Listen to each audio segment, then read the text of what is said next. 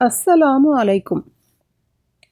அனஸ் பின் மாலிக் ரலியல்லாஹு அன்ஹு அவர்கள் கூறியதாவது, அல்லாஹுவின் தூதர் ஸல்லல்லாஹு அலைஹி வஸல்லம் அவர்கள் தம் மகள் ஒருவரை அடக்கம் செய்யும்போது அவருக்கு அருகே நாங்கள் இருந்தோம்.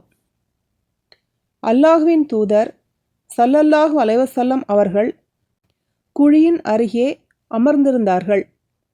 அப்போது அவர்களின் கண்கள் கண்ணீர் வடித்ததை நான் கண்டேன்.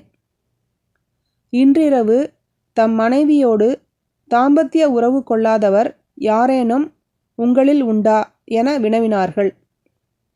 நான் உள்ளேன் என அபூ தல்ஹா ரலியல்லாஹு அன்ஹு அவர்கள் கூறியவுடன் அவரை குழியினுள் இறங்குமாறு நபி ஸல்லல்லாஹு அலைஹி வஸல்லம் அவர்கள் கூறினார்கள்.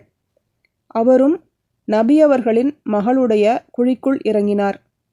சஹீஹ் புகாரி 1285, அத்தியாயம் 23, ஜனாசாவின் சட்டங்கள்.